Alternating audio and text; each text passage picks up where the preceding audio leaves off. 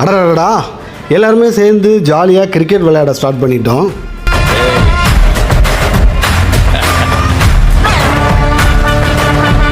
Night டின்னருக்கும் same நெல்லை ரெஸ்டாரண்ட்டில் order பண்ணியிருந்தோம். ஓனரே எடுத்துகிட்டு வந்திருந்தாங்க எல்லா சாப்பாடுமே. நைட்டு டின்னருமே வேறு லெவலில் இருந்துச்சு. சப்பாத்தி, இட்லி, பரோட்டா, சட்னி சாம்பார், மட்டன் கறி, ப்ரான் கறி, சிக்கன் கறின்னு அசத்திட்டாங்க.